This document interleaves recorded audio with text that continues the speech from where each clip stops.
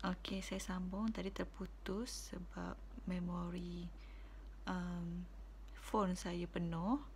Okey, lepas dah delete semua, saya boleh sambung balik lah. Okey, macam yang tadi, video terakhir saya terberhenti setakat prinsip at-ta'ah.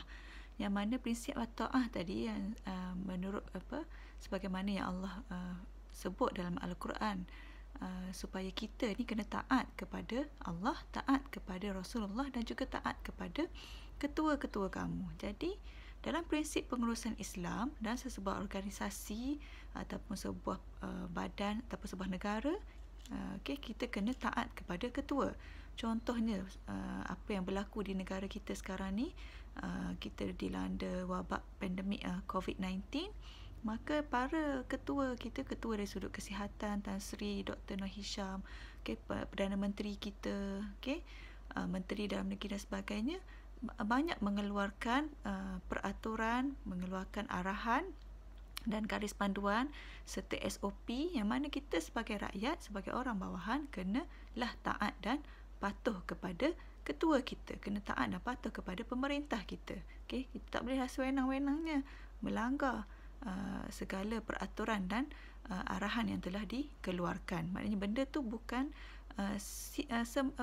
bukannya tidak ada tujuan, ianya untuk menjaga kita semualah. Begitu juga dalam sesebuah organisasi yang lain. Bila ada ketua, maka kita kena patuh dan taat kepada ketua selagi mana arahan yang dikeluarkan, perintah dan peraturan yang digariskan tidak melanggar syariat Islam.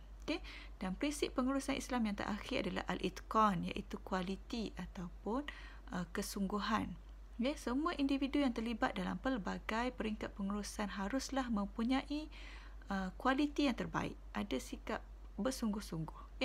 Majikan dan pekerja yang berkualiti akan menghasilkan produktiviti yang berkualiti.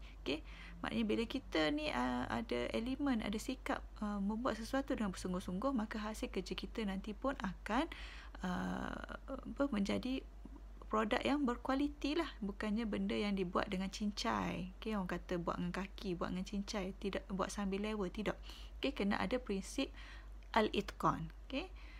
Hal ini akan membantu dalam pengukuhan dan pengembangan organisasi. Bila semua pihak memainkan peranan masing-masing dengan berkualiti, maka ia menyumbang kepada pembangunan dan pengembangan organisasi tersebutlah.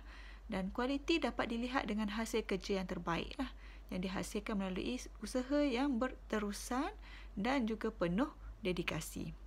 Dalam kalau kita tengok dalam konteks pembelajaran kita pada masa sekarang, terpaksa membuat pembelajaran dan pengajaran dalam bentuk online atas talian.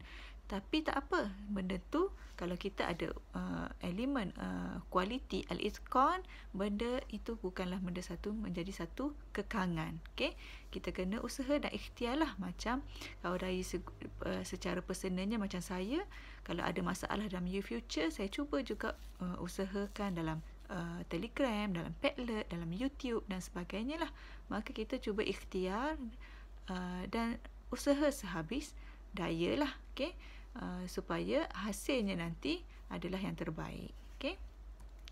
Dan sebagai penutupnya,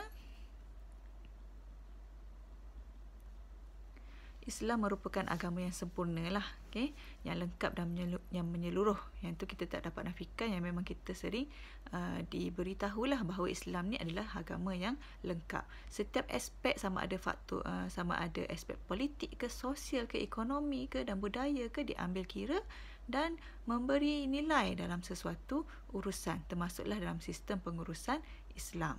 Islam mementingkan pengurusan yang sistematik, yang organised, yang dinamik.